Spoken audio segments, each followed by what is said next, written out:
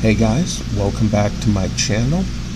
Today we're going to be taking a look at a vintage Leatherman multi-tool with a rather interesting past. This is the Leatherman Kick. Alright, let's get into it. Head, nothing you haven't seen before from Leatherman. You got your small pliers, gripper, wire cutter, hard wire cutter. Although in my opinion that hard wire cutter, not that hard. Scales have ruler features on both sides. First set of tools on the handle scale, you got your knife blade,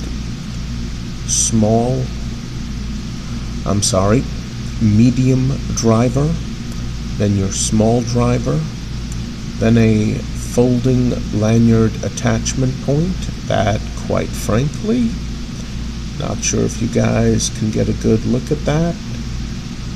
Wow, that is thin. It's a good thing this is a lightweight multi-tool, but honestly, I would never use such a thin lanyard attachment point, and I never have in all the years I've owned this multi-tool.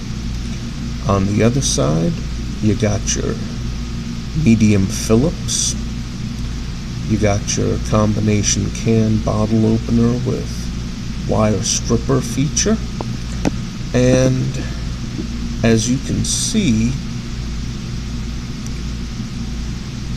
there's the line going across the top of the Phillips. That's the molding line. So this is not exactly a heavy-duty multi-tool. Actually, it's not a heavy-duty multi-tool at all. If you're a mechanic, if you're someone who's very mechanically inclined, if you're Mr. Fix-It, this is not the multi-tool for you. If you're an average guy who just wants to EDC a minimalist multi-tool that is very lightweight, has just the essentials, and can come in very handy for a number of different small jobs where you would need a multi-tool, this is a good choice. Currently, there are better modern-day EDC minimalist multi-tools out there, but this is a pretty good one in its own right. Okay, let's get into two features that, for a lot of people unfamiliar with older Leatherman multi-tools, might be head scratchers. Right here, the handle scales. That is molded black Zytel polymer that is inlaid into the metal handle scales. Now, when the original Leatherman multi-tool came out, it was revolutionary. Guys praised it. It was a fantastic tool. But there was one almost universal complaint. Whenever someone was using the pliers or the gripper or the wire cutters, especially the hard wire cutters, and they had to really bear down on those metal handles, they complained that it was just too uncomfortable. I still own an original Leatherman multi-tool. Yeah, it was a little uncomfortable bearing down on the handles without gloves, but not as bad as apparently a lot of people claimed. So Leatherman introduced the inlaid Zytel on 3 models. The Kick being the lightest, most minimalist, and least expensive out of all of them. Now, there is one major problem when you have polymer or basically advanced hard plastic scales inlaid into the handle. That problem is if you're using the multi-tool and you accidentally drop it on a hard surface, that Zyto is going to crack, chip, or parts of it will break off. And that unfortunately was an issue with the Kick and the two other models that incorporated Zyto into their handle scales.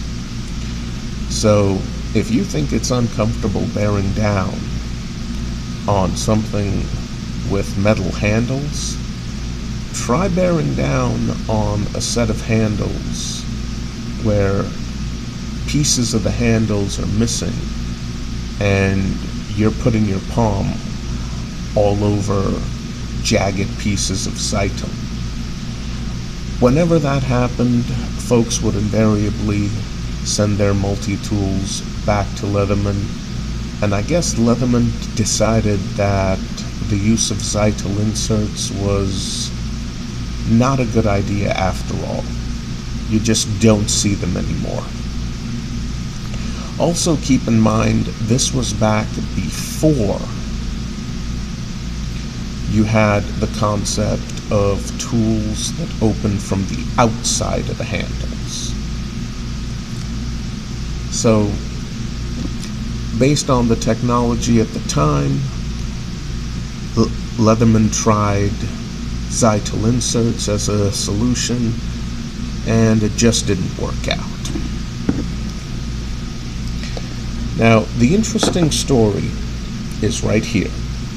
See that little hole? Yeah, there's a reason why it's there. The Leatherman Kick was officially the replacement for Leatherman's excellent and nowadays highly collectible side clip model.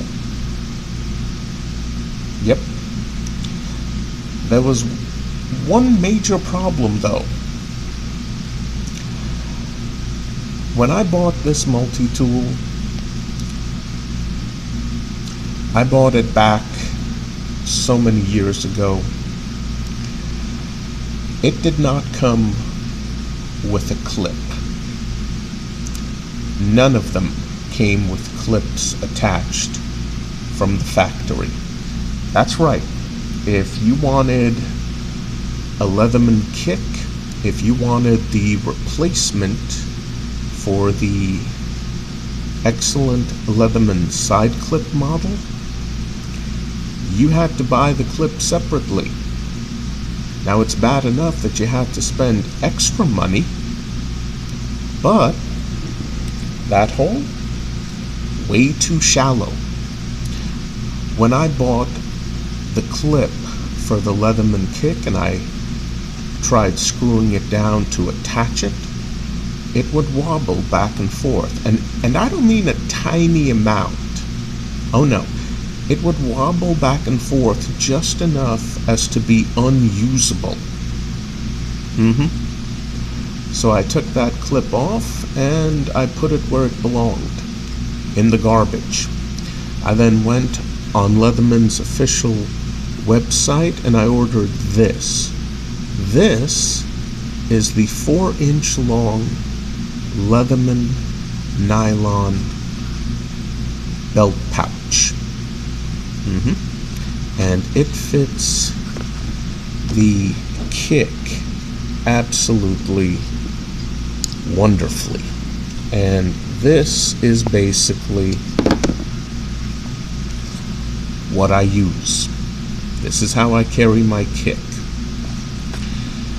So on its own, it's actually a pretty good minimalist, lightweight EDC multi-tool.